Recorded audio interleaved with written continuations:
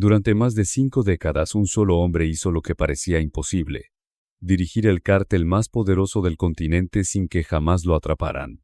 No fue por falta de intentos. El gobierno de México, la DEA, y hasta los servicios de inteligencia de Estados Unidos lo buscaron por años. Pero él siempre estaba un paso adelante. Nunca dejaba rastro. No usaba teléfono. No daba entrevistas. No existían imágenes actuales de su rostro. Era un fantasma.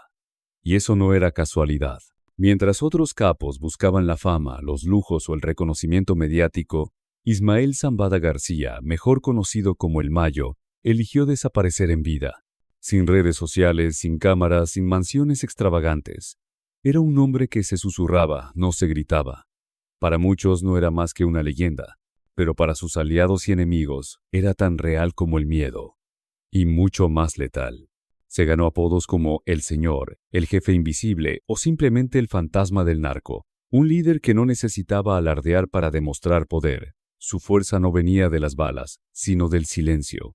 Desde las montañas del Triángulo Dorado, movía millones de dólares, toneladas de droga y ejércitos enteros de hombres, sin que nadie supiera cómo. No necesitaba figurar para controlar. Su arma principal no era un rifle, era la estrategia. Cada paso estaba medido. Cada silencio era calculado.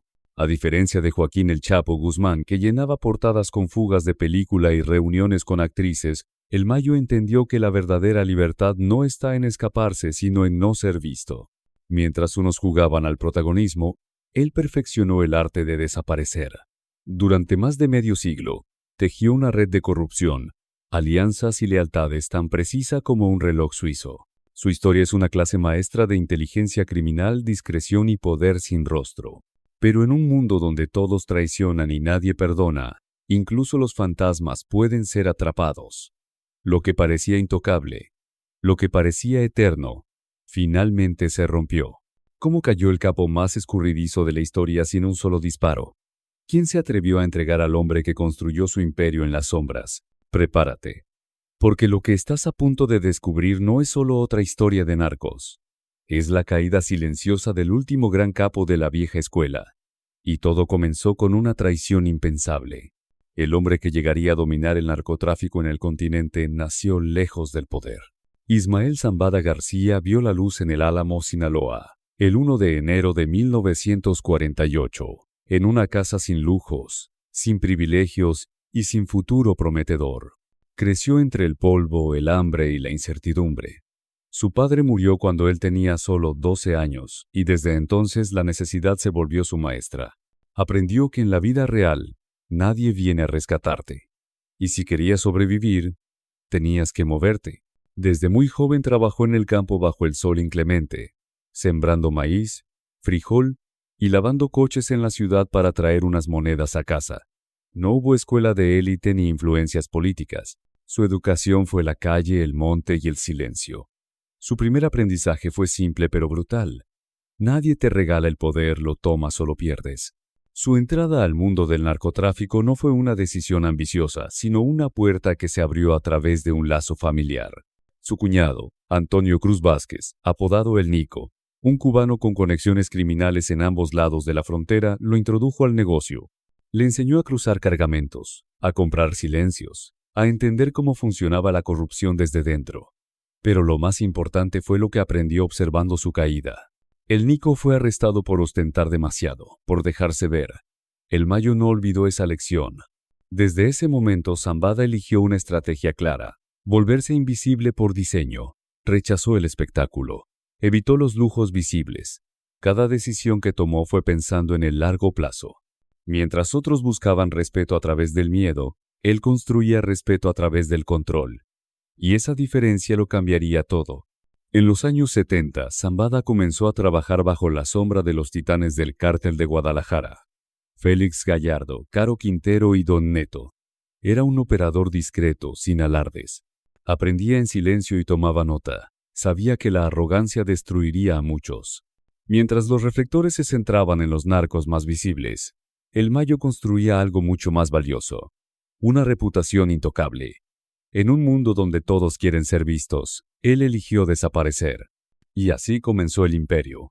Tras la caída del Cártel de Guadalajara, México se convirtió en un campo de batalla. El viejo orden se desmoronó, y el territorio fue dividido entre nuevos jefes sedientos de poder. Fue el nacimiento de una guerra sin cuartel. Pero entre el ruido, el Mayo hizo lo que mejor sabía hacer: moverse en silencio. Mientras los Arellano Félix imponían el terror en Tijuana y Amado Carrillo Fuentes, el Señor de los Cielos, tomaba el control del aire, Zambada apostó por la estrategia, alianzas en lugar de guerras. Se unió al propio Amado, no por amistad, sino por pragmatismo. Uno controlaba la producción, el otro los cielos. Juntos movieron toneladas de cocaína por todo el continente sin levantar sospechas. Fue una sociedad silenciosa pero letal. Cuando Amado murió en 1997 tras una cirugía fallida, muchos creyeron que el caos se desataría. Pero el Mayo ya tenía otro plan. Desde la cárcel, Joaquín El Chapo Guzmán seguía operando, y con él nació una nueva alianza. El Chapo aportaba ambición y audacia. El Mayo, discreción y logística. Juntos, fundaron algo más grande que cualquier cártel anterior: una organización multinacional del crimen. No eran solo traficantes, eran empresarios. Mientras otros grupos se destruían en guerras internas, ellos ofrecían rutas, protección y dinero a cambio de lealtad. Así nació el Cártel de Sinaloa, no como una banda violenta, sino como un monstruo corporativo. El Mayo se convirtió en el cerebro logístico. Controlaba laboratorios, pistas de aterrizaje clandestinas, flotas de vehículos y contactos internacionales. Cada socio tenía un rol, y todos respondían a la cúpula.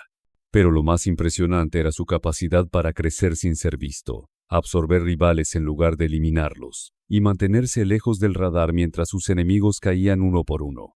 El imperio que el Mayo había construido con precisión quirúrgica comenzó a resquebrajarse desde dentro. El primer golpe llegó disfrazado de traición silenciosa. En 2008, su hermano Jesús el Rey Zambada, pieza clave en la logística del cártel, fue capturado en la Ciudad de México. No era un sicario más. Él manejaba laboratorios, bodegas y centros de distribución estratégicos. Su caída dejó una grieta enorme en el corazón operativo del Cártel de Sinaloa.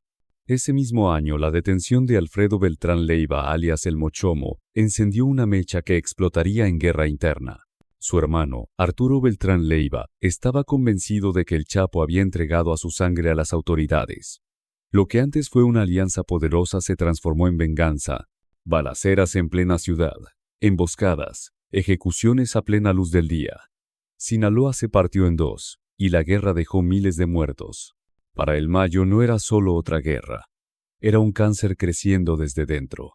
Mientras las facciones se desgarraban, un nuevo enemigo se levantaba: los Zetas, exmilitares entrenados para matar con métodos de guerra. No negociaban. Llegaban y arrasaban. Decapitaciones, cuerpos colgados en puentes, masacres filmadas. Querían territorio y sabían cómo infundir terror. Y entonces, el golpe más devastador de todos. En marzo de 2009, en un operativo quirúrgico en la Ciudad de México, fue capturado su hijo, Jesús Vicente Zambada Niebla, alias El Vicentillo. No era solo su heredero, era el cerebro logístico, el puente con Sudamérica, el hombre que entendía el negocio desde dentro. Su arresto no fue solo un golpe emocional, fue un colapso en la estructura del cártel. Pero lo peor estaba por llegar. Años después, el Vicentillo se convertiría en testigo protegido del gobierno de Estados Unidos. Reveló rutas, operaciones, contactos y sobornos de alto nivel. Y lo hizo todo desde una celda. No por venganza, sino por supervivencia. Para el Mayo, esa traición fue un puñal en el alma. No vino de un enemigo, vino de su propia sangre. Mientras el gobierno mexicano intensificaba su guerra contra el narco, el monstruo que había construido comenzaba a sangrar. Ya no era una organización impenetrable, era una estructura agrietada, y él, el fantasma de Sinaloa, comenzaba a desvanecerse. Durante décadas, el Mayo Zambada fue intocable. Esquivó operativos, burló a gobiernos y se convirtió en leyenda sin disparar una sola bala.